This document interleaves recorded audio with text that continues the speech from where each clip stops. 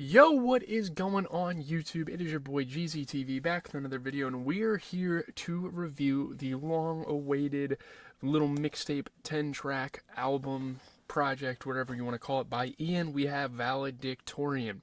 So, I'm going to give some intro thoughts. We're going to talk track by track because this is actually a pretty concise record, and then we're going to give some general notes kind of going out of the review. So let's go.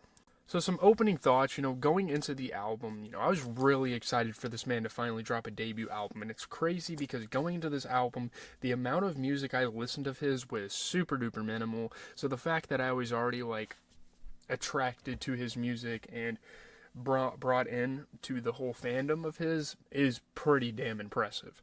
Now we finally get it. He's on the rise, and first and foremost, I get tired of people comparing him to Yeat, because as a huge Yeat fan, I don't know what the fuck people are talking about on Twitter.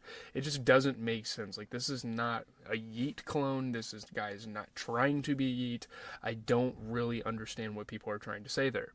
Great singles, great snippets going into it. This was shaping up to be an amazing tape, of course. We kind of knew going in that he had some special stuff. He had a really dope sound. He had a lot to, bring to the music culture. So, yeah, you've gotten some cosigns from the likes of Metro Boomin. He's gotten follows from guys like Drake. He's got to be doing something right. Obviously, people are really hating on this guy at times, but he's definitely doing something right when he has cosigns from some of the biggest artists in the game.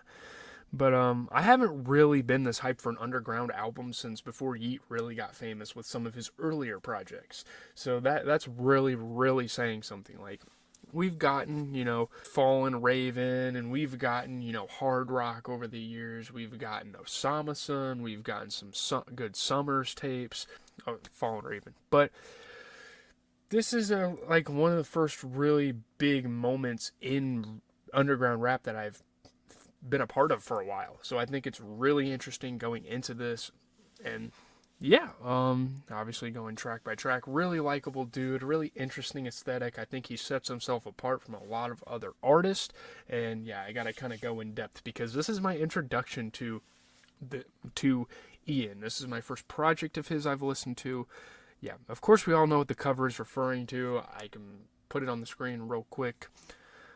And apparently, he was going crazy with ambient music. I wouldn't mind him returning to that, throughout his discography. He doesn't do it as much on this album, but knowing he made ambient music, going back and listening to some of his tracks of that ambient area was really cool. So let's kind of I'm not going to go track by track, actually. Let's just go through, the content as a whole.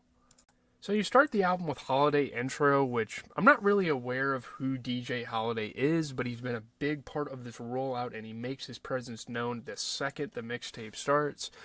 Nice little way to hype up the record, and I wasn't ready for this. And he said, you guys aren't ready. Obviously, he's referring to tracks like Magic Johnson not being on this record.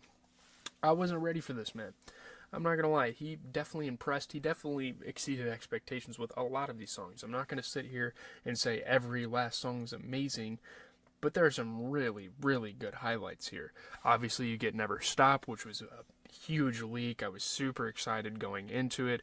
Very Chief Keef-esque, and that's kind of a sentiment you could hold for a lot of the records on this project. A lot of the records sound like some Chief Keef with some underground twist, which is super cool. And most of the underground guys, you have this rage type of genre or whatever people want to call it nowadays. But he's going into this trappy, super aura. it's aura, man. I don't know how else to explain it. He has a very interesting sound.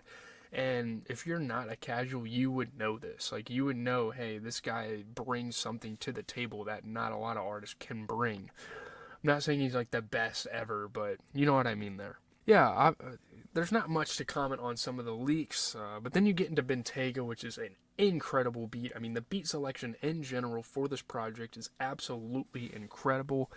Very similar to Never Stop in terms of cadence. He does get a little repetitive on this album. There are a couple of flaws with it where he is kind of repeating himself, but still. Very cool song. Got some flashes of good flows here on all of these tracks. Again, he has a lot of potential. I think he could turn out to be an amazing artist for underground hip-hop. And then you get to Airbnb, which is another huge leak. This song is absolutely amazing. It's one of the best tracks on the project. Very Chief Keef-esque. It's like some hate being sober type shit. Maybe not with like the vocals necessarily, but the beat for sure. The flow, though, his own flow is nuts on this, and I mean the mixing on this thing is absolutely astounding. It's incredible, man. Then you get to Hermes sheets. Very interesting, very different. Like these weird, like I don't know what they're called, like the Halloween organs, like the sound you'd hear in like a, I don't know, I don't even know, like the Addams Family. I keep forgetting what that's called. I'm not even gonna put it on screen because I'm tired of it. Super glitchy beats on the album in general. You know, he talks some shit on here, and I know not a lot of people are liking how like arrogant and how like tough he sounds on records, but that's what rap is. I mean, that's what like a lot of rappers predicate their careers off of, is just acting tough and putting on this persona. So you can't really be mad when any rapper does this. Yeah, Hermes Sheets was good. Oh My Case was super wild. Obviously, great production. Soprano, as well as DJ Holiday, really doing their thing on this project. Then you get Chauncey, and this is the crazy. This is the best one. Like by far, I've re-listened to this album ever like before coming into like me recording this review. I've listened to this album over and over and over again, and nothing trumps Chauncey. It's crazy bar. Whatever loop they're using is insane. I don't know what instrument that is, but holy cow, this is so fucking awesome. Great bars, really fun to listen to. You get Judgment, really different cadence, different vibe, everything switches up the tempo. Again, there are some very redundant parts. There's a lot of kind of repetitive, like this album has a repetitive nature to an extent, but still, like tracks like Judgment, tracks like Hermes Sheets really changed it up. Obviously Grand Slam and Figure It Out. Do I really have to talk about those that much? Those were singles that we've been accustomed to. We've been hearing for weeks and damn near months now. Grand Slam is really the single though that put this tape into motion and really like confirmed, hey, this guy wants to drop an album. It's not much to say. I mean, obviously, Figure It Out. Do I need to say anything about this? This is widely known as one of his best songs so far. I think Chauncey will trump that, though. You know, Marshawn Lynch being in the Lyrical Lemonade video, that was quite an iconic moment for him. Again, another cosign. Again, more momentum for this guy to really just take his career to the top, which is awesome. So shout out to Ian. Let's go, man. So just getting into a review, for a guy as white as Ian, he definitely has his influences. He's definitely cultured, it seems. Like, he knows what he is doing. Yeah, the white boy gimmick can only get you so far, and it seems offensive to the culture, but I'm only here for the music, so I don't really give a shit if he has a gimmick. But whatever.